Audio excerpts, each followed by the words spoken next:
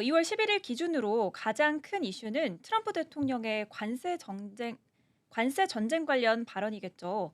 최근 도널드 트럼프 대통령이 캐나다, 중국, 멕시코 등의 추가 관세 부과를 예가했다가 철회하는 등 관세 이슈가 좀 있었습니다. 이번엔 철강이나 알루미늄 관세를 예고하면서 큰 파장이 있었는데요. 오늘 기준으로 트럼프 대통령이 3월 12일에 확정을 짓겠다라고 말을 했었는데요. 그 전에 관세 발표를 하기 전 흐름은 어땠는지부터 먼저 짚어보도록 하겠습니다.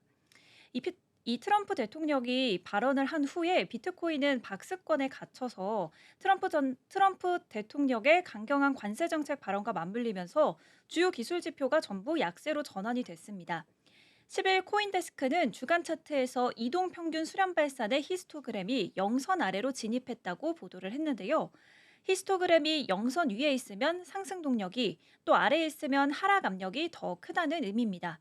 이 지표는 지난해 10월 중순 강세 전환이 되면서 비트코인 가격 7만 달러 돌파를 성공적으로 예고한 바가 있습니다. 비트코인 가격이 9만 5천 달러에서 10만 달러 사이에서 좁은 박스권 장세를 보이고 있어서 당장 완전한 약세 전환을 우려할 단계는 아닌 것으로 분석이 됩니다.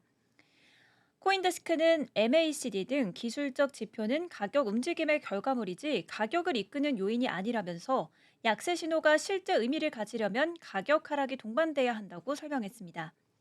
더 큰 위험 요인은 거시경제적 불확실성으로 볼 수 있습니다. 트럼프 대통령은 이날 모든 철강 알루미늄 수입품에 25% 관세를 부과하겠다 이렇게 예고를 했었는데요. 이 기준으로 봤을 때 글로벌 투자은행 UBS에 따르면 트럼프 대통령은 이달 말에 EU산 수입품 전반에 대한 고율 관세 부과도 검토하고 있다고 밝혔습니다.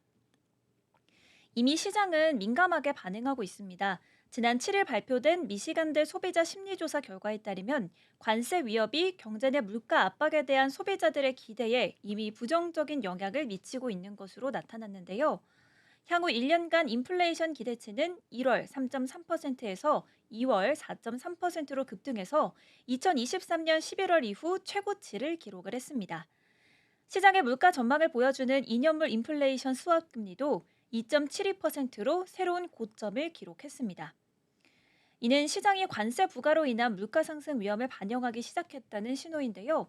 이처럼 높아진 물가 상승 우려는 연방준비제도의 금리 인하 시기를 늦출 수 있다는 요인입니다.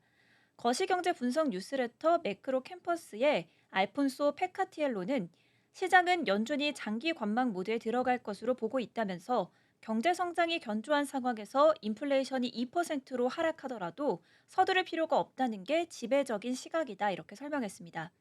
이런 상황에서 오늘 발표되는 1월 소비자 물가 지수가 시장의 주요 변곡점이 될 전망입니다. 아직 발표되진 않았습니다. BTC가 9만 달러 선이 무너질 경우 MACD 약세 신호가 현실화되면서 추가 하방 압력을 받을 수 있게 됩니다.